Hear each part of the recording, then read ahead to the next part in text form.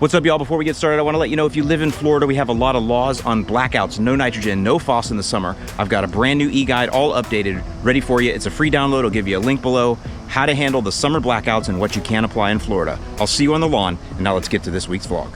What's up, y'all? I'm Alan Hain, the Lawn Care Nut. Thanks for coming back for yet another week. So today is Thursday. We are kind of in a break of rain. We're actually going through a period right now where we're getting rain every single day. It's kind of like a tropical something or another, but we've already gotten 6 inches of rain over the last couple days. Got a little bit of clearing right now, but there's more coming in a little bit later, so I'm about to take advantage of this little clearing and I'm gonna enjoy the mow. But before I do that, I wanted to update you from a couple videos ago. You remember I've had this swarm of insects right here that I thought could have been termites. Well, thanks to you all and my dad, I found out that they were just ant swarms. They were nothing to do with any kind of termites, just some sort of carpenter ant or something that was kind of relocating. I grew up in St. Pete, and my dad said that it was pretty common to get around the house there and that he always used 7 to kill them off, which I think the active ingredient is carbaryl in this. I'll put it, it may have changed, I'll put it up there.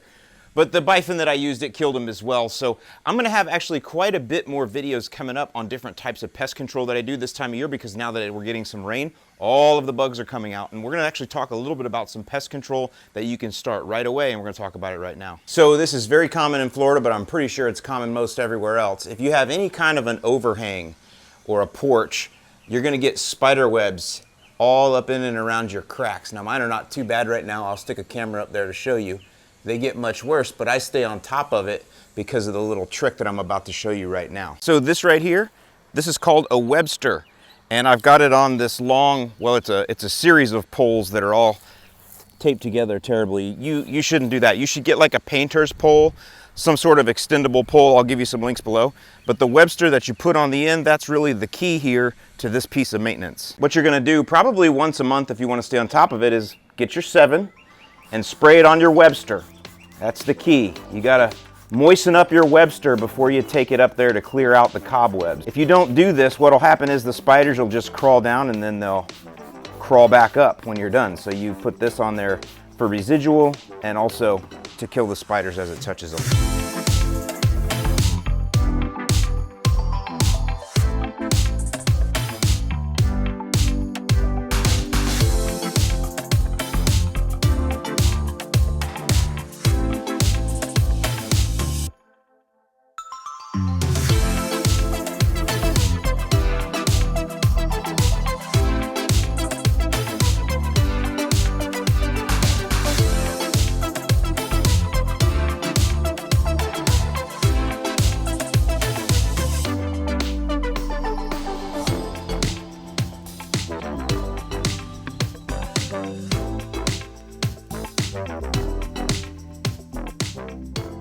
By the way, you want to see how magical rain is? Remember this spot? I got one spot over here that was not getting enough water, and so you can see. So we'll watch that recover as well. It's all dried up. I watered it once before the storms, and then it got 6.5 inches of rain over the last couple days. And there you go. Only one little lingering area right there. You're gonna hear me mention it over and over again here throughout the summer, that rain is magical. There's nothing at all that compares to rain. Nothing compares.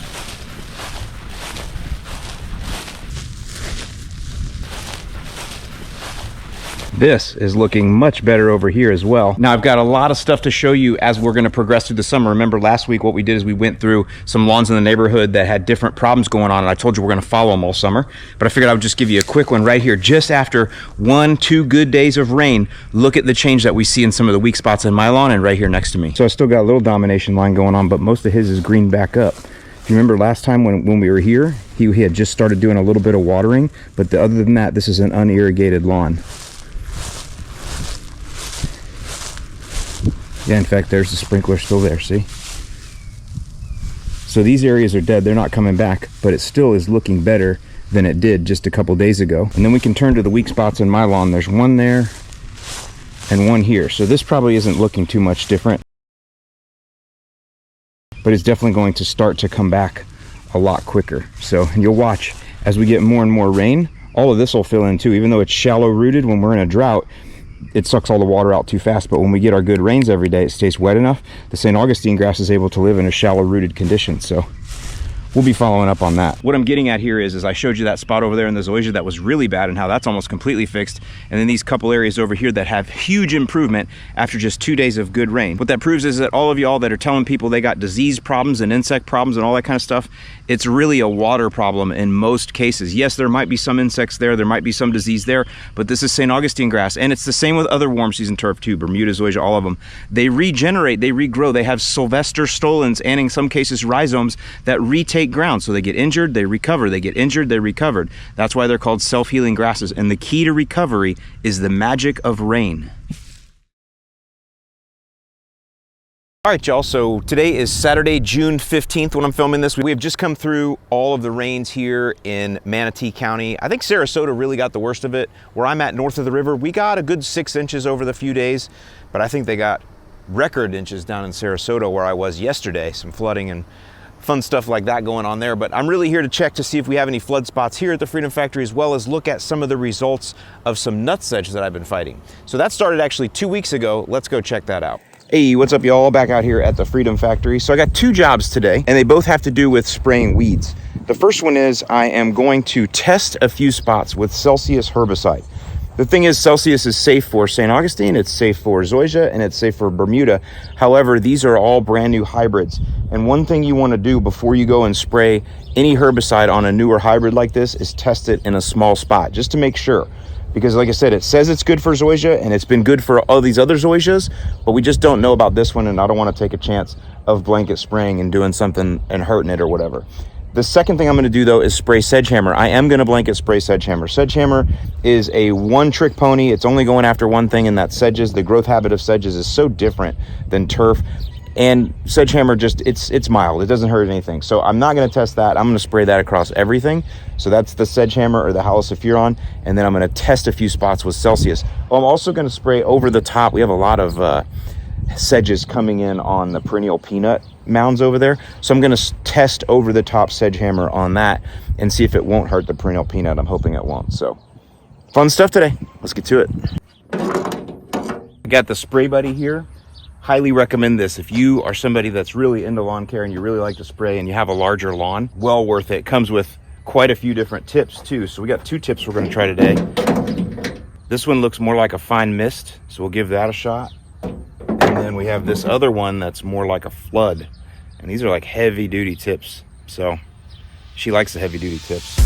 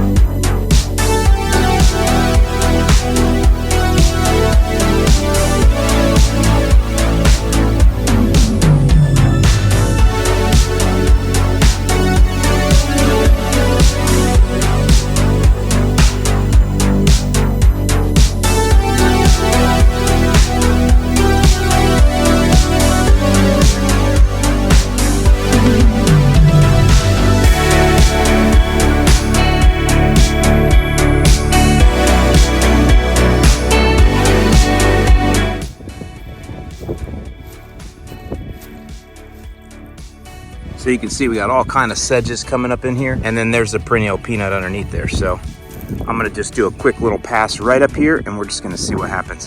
Hopefully it can take it. Okay, that's it. All right, y'all, back here at the Freedom Factory. So it has been exactly 7 days since I sprayed the sedgehammer or the halosephuron, the generic sedgehammer for sedges, and we're getting some super interesting results. Look at old Brett over there working on the robots over by there. We got to move this out of here because it's not sponsored. We are going to have some robot content for you guys. coming up. We're just getting enough built up so we can kind of show you how the whole process has worked and how that's going. So Brett is the man with that stuff. Okay, now let's go look at the nutsedge. So this is the zoysia right here, and it's a slow goer. Let me just tell you, it's not a shower and it's definitely not a grower. But here is the nutsedge. Now what's cool is you can actually see, I've told you guys, you know, halosulfuron is very slow. And in some cases, look, you can see where it's all yellow. You can see where the chemicals worked its way down through there. And, you know, even down through here. I don't know if you can tell, but that's all yellow. You can see some orange down here, right in there. That is evidence that the chemical is working its way through. Very interesting. Here's some in the Bermuda grass. By the way, just look at how thick this Bermuda grass is. It needs to be cut. We'll talk about that, but look, so you can see you got a little bit of, wait, there we go. So you can see you got a little bit of twisting and curling, but it's this color difference. Look at that. So the top is just dying out, and then you can see the chemicals working its way down through the plant, because the idea of halosulfuron is it needs to get down to the nutlets. And remember, as I've always told you, it's super slow. Let's go check out the area where I sprayed the perennial peanut, because as you guys remember, I told you there's sedges that come up through the perennial peanut.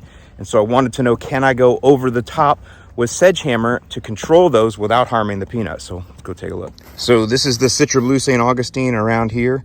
Let me tell you, it's also a very slow grower. It's well established, but it's slow to grow, which some of you would really appreciate. But can you see there? Can you see how it's a little yellow? That is where I sprayed. I kind of took the wand and I just went right up there. And so you can see, here you go, here's the nutsedge. See, nutsedge dying. You can see it there. You can see it here. Damage, damage, damage, damage, damage. And again, that wasn't even a careful application. It was just a quick run up, but you can probably see the perennial peanut is stained a little bit of a yellow color. So I'm going to do a little bit more testing before I go too crazy with that. I'm going to do a little bit more testing. And I wanted to just keep talking about sedges, because why not? This is yellow nutsedge that we keep showing, this taller stuff here. This is yellow nutsedge that you're seeing right here that's dying. But we also have Kyllinga. If I come in right here, this is a whole patch of Kyllinga. It's almost like the Kyllinga mimics one of the sod squares. Really weird, but this is Kyllinga. So it's also a sedge, but it's just a little bit different of a growth nature. It actually is a little bit, obviously much more dense, whereas the tall yellow nutsedge is more in like little clumps like you see there.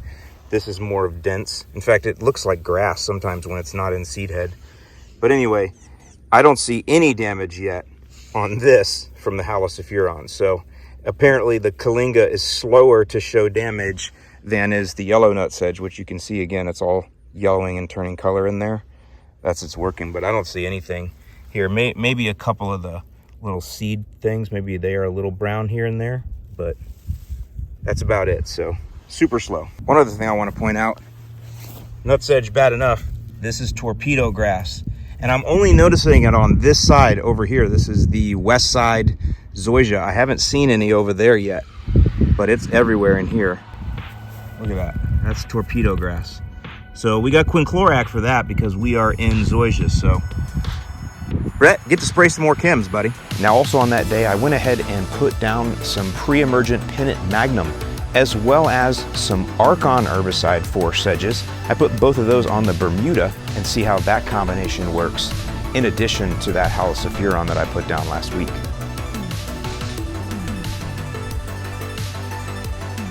And so here I am. It's been now 2 weeks since the halosulfuron, or the generic sedge hammer, has been put down, and 1 week. And by the way, the halosulfuron was put on the zoysia over there as well as the Bermuda here.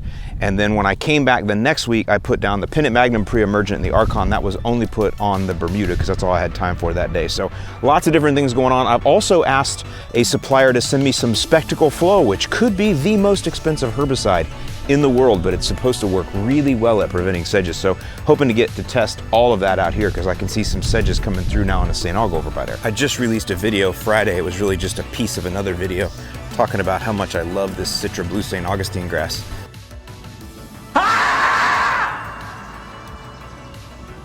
Just look at that. So it is gonna need to be cut again. With all the rain now, it's starting back up. I could let this go another week, but I'm gonna go ahead and cut it tomorrow. But it's really the sedges coming in. See, look at, The St. Augustine hides them a little bit better, but they're growing a lot faster now that there's a lot of rain coming in, so.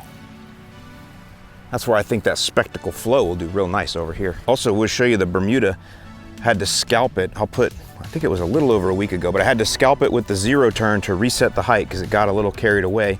And then the robots have been managing this. We got the robots stopped right now because they just had an event out here, Cars and Copters and Coffee and all that. But the robots have been managing this now for a week. This has been cut every day for a week by the robots, but I had to scalp it first. So it was looking pretty painful, but you can kind of see it's coming back now. It's starting to look a lot better. So this also got flagship about 6 weeks ago. In the FERT ban now, so we're gonna have to manage it with a lot of iron. Oh yeah. So here I am over on the zoysia that was hit with just the Halosulfuron, the generic sedgehammer. Let's take a look at the results we've got now at 2 weeks after application. I do want to mention one thing while we look at some damage here on this yellow nutsedge, is that one thing I had to do was after I sprayed, I was able to let the lawn sit for a whole week. So this sedge was grown real tall and I was able to let it sit for a whole week before getting mowed. So I was really able to let the product soak in, but eventually I did have to mow it. And my fear is when you go to mow is that you're mowing off the chemical because it's so slow working its way down through that, you know, that if you cut too soon, you cut the chemical off. Here's an example of what I'm talking about. See how tall that is? Now you can see how it's all brown and dead. That's because this has been chemicalized too. Look at that. But this one hasn't been cut. So just imagine that once you spray, you know, the chemical gets all over it, but some of it's working its way down through there. And if you come in and cut, you cut off some of the chemical. That's my fear. But again, when you spray the weeds until wet all the way down. So the whole thing gets coated and you can see we've got some good killage there. But the key is you definitely want to wait as long as possible to mow after applying the Halosulfuron. You can see on these stubs, see how they're dying? So there's still plenty of chemical working its way through this plant. That's why it's all dead like that down in there. So remember, Halosulfuron's a good 30 days. You know, again, a sedgehammer, 30 days, but look at that's damage, not from mowing, that's damage from chemical going down in there. Hey, real quick, I wanted to take a second and show you. You guys remember a couple years ago, we went up to North Dakota and did liquid aeration, overseeding, starter fert, all that kind of stuff on Anthony's lawn. Anthony is our director of marketing at Yard Mastery. Well, here is his lawn right now, still looking beautiful. He's a total lawn care nut. He's into it. He's slanging fert and everything is looking good. So I figured you guys would like to see an update on that lawn we did those many years ago is still looking great and still being taken care of.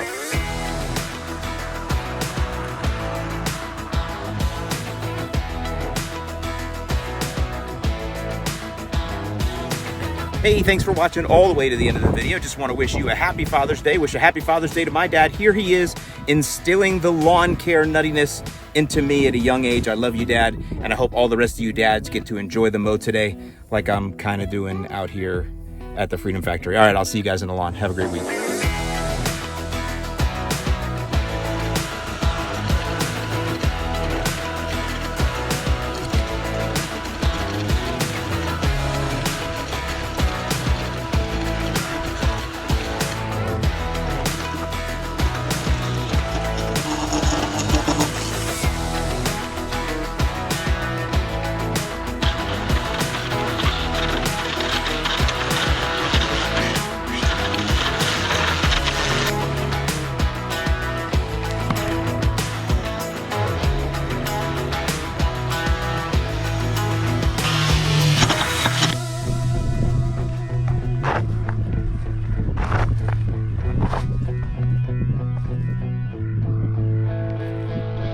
Blacktop edging, baby.